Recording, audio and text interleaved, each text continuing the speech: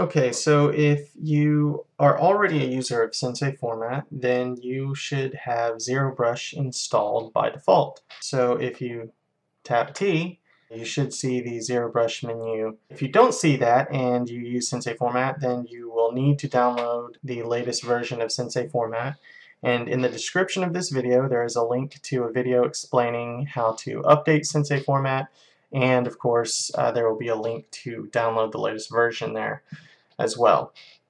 So I made the ZeroBrush add-on for Sensei Format, but it also works well for regular Blender users who don't use Sensei Format. So if you're not a Sensei Format user, then your version of Blender looks something like this. To install the add-on, all we need to do is make sure we've downloaded it, which you can get in the description of this video. Then you just want to go to File, User Preferences, Add-ons, down here select Install from File. I have the add-on saved to my desktop, but it might be in your documents in a download folder or something like that, or you may need to navigate through your hard drive. So mine's just on the desktop. Click here and select the ZeroBrush.py, click Install from File. And as soon as you do that, under these categories here, you have a new category called Sensei Format, which I will be housing all the add-ons I create under this category. And when we go there, we have this Sensei Format ZeroBrush. And if we click this down, we have some information, report a bug. So we just click this here, and it's installed.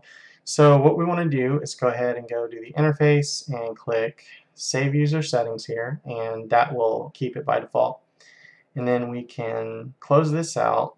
Now we're back in Blender. If I click this little plus sign over here, or I believe it's P in regular Blender.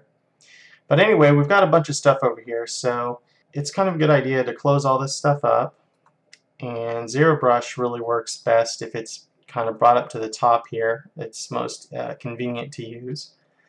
So we have this cube selected, so if we just go ahead and click on the texture paint icon, you'll see it automatically switches over to texture paint mode, gives us a material, a texture, a UV map, all the settings we need to immediately start painting. ZeroBrush comes with its own special brush system here. So we should close up that brush there, and we can close that up and bring this up to the top and open that up. And so now we're pretty much set up here, and we can of course go full screen or minimize that. So the last thing I guess you'd really want to do is probably go back to object mode, which you can click up here in ZeroBrush, and delete this cube here. Tap Shift A and go ahead and add another cube, and just position this however you want, and then go ahead and go to File and Save Startup File. And the next time you open Blender, you have the great functionality of the ZeroBrush add-on. Alright, thanks for watching.